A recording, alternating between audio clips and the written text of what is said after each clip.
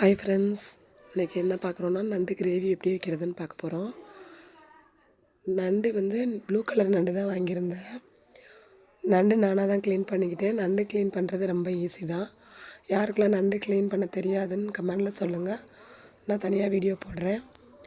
நண்டுக்கு gravy எப்படி prepare பண்ணணுன்னா, சின்ன வெங்காயம், தேங்காய், பூண்டு, மிளகு, சீரகம், சோம்பு எல்லாத்தையும் எண்ணெயில் வதக்கிக்கிறணும். எண்ணெயில் நல்லா வதக்கிட்டு அதை நல்லா வழுவலுன்னு அரைச்சி எடுத்துக்கோங்க. நல்லா வழுவலுன்னு அரைச்சி எடுத்துகிட்டு ஒரு கடாயில் எண்ணெய் ஊற்றிக்கோங்க. நல்லா எண்ணெய் காஞ்சதுக்கப்புறம் சோம்பு போடுங்க. சோம்பு நல்லா பொரிஞ்சு வந்ததுக்கப்புறம் அதில் பெரிய வெங்காயம், பல்லாரி வெங்காயத்தை ஒரு வெங்காயம் அளவுக்கு கட் பண்ணி வச்சுட்டு கருவேப்பிலை சேர்த்து அதை நல்லா வதக்கிக்கோங்க.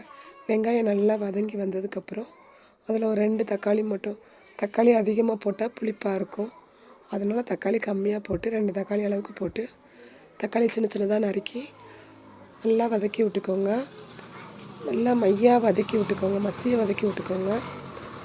வதக்கி விட்டுட்டு அதில் நம்ம கழுவி வச்சுருக்கோம் இல்லையா, அதை நண்டு அதை போட்டு எண்ணெயிலே கொஞ்சம் நல்லா வதக்கி விட்டுக்கோங்க. நம்மளுக்கு தேவையான அளவு உப்பு போட்டு வதக்கி விட்டுக்கோங்க. நண்டுக்கு தேவையான கொஞ்சம் அளவு மட்டும் உப்பு போட்டு முதல்ல எண்ணெயில் வதக்கி விட்டுக்கோங்க. நல்லா வதக்கி விட்டுட்டு பொடியெல்லாம் கலந்த பொடி எல்லாம் கலந்து அரைச்சி வச்ச பொடி இருக்கும் இல்லையா, வீட்டு பொடி இருக்கவங்க வீட்டு பொடி போட்டுக்கோங்க. என்கிட்ட வீட்டு பொடி காலி ஆயிடுச்சனால நான் பாக்கெட் பொடி போட்டுக்கிட்டேன். அப்புறம் நம்ம வலுவலுன்னு அரைச்சி வச்சுருக்க பேஸ்ட் அதில் ஊற்றி நல்லா கிளறி விடுங்க.